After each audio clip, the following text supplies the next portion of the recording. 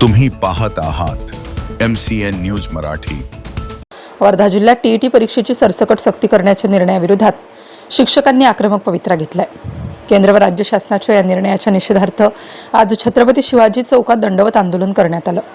प्रहार शिक्षक संघटना आणि विविध शिक्षक संघटनांच्या वतीने हे आंदोलन करण्यात आले असून शासनाने हा निर्णय तात्काळ मागे घ्यावा अशी मागणी करण्यात आली। केंद्र व राज्य शासनाने शिक्षकांसाठी टीईटी परीक्षा अनिवार्य करण्याचा निर्णय घेतला आहे। मात्र या निर्णयामुळे अनेक वर्षांपासून सेवा बजावणाऱ्या तसेच लवकरच सेवानिवृत्त होणाऱ्या शिक्षकांमध्ये नाराजीचे वातावरण निर्माण झाले आहे। अनेक शिक्षकांना सेवाकाळच्या अखेरीस पुन्हा परीक्षा देण्याची सक्ती अन्यायकारक असल्याचा आरोप शिक्षक संघटनांनी केला। याच पार्श्वभूमीवर वर्ध्यातील छत्रपती शिवाजी चौकात प्रहार शिक्षक संघटना, महाराष्ट्र राज्य प्राथमिक शिक्षण समिती तसेच इतर शिक्षक संघटनांच्या वतीने दंडवत आंदोलन करण्यात आलं।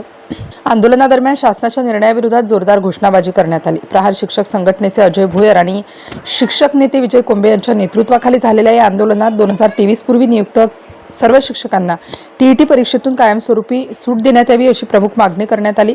तसेच शिक्षकांवरील अन्यायकारक अटी तात्काळ रद्द कराव्यात अशी मागणी करण्यात आली।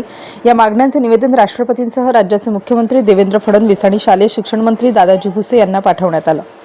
शासनाने शिक्षकांच्या भावना लक्षात घेऊन सकारात्मक निर्णय घ्यावा, अन्यथा राज्यभर तीव्र आंदोलन छेडण्याचा इशारा शिक्षक संघटनांनी दिला। MCN न्यूज मराठीकरिता सचिन महाजन, वर्धा। 30 लाख शिक्षकांचं भवितव्य उद्ध्वस्त होण्याच्या मार्गावर आहे।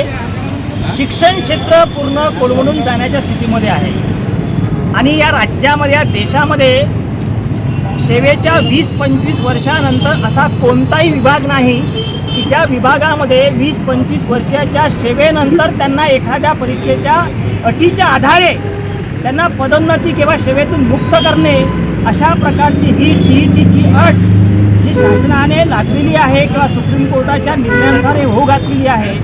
आणि म्हणून या निर्णयामुळं या शिक्षण क्षेत्राचं सर्व शिक्षक बंधू भगिनी आहे त्यांचं कुटुंब उद्ध्वस्त होणार आहे। म्हणून आज या माध्यमातून आम्ही माननीय महामहिम राष्ट्रपती महोदयांना दंडवत घालून समस्त राज्यातील 25 लाख शिक्षकांच्या वतीने साकडे घालतो आहे की आपण यामध्ये मध्यस्थी करून राज्यातील नव्हे देशातील कोणत्याही शिक्षकाचं भवितव्य कुटुंब उद्ध्वस्त होऊ नये याकरता आपण सकारात्मक पावले उचलावी।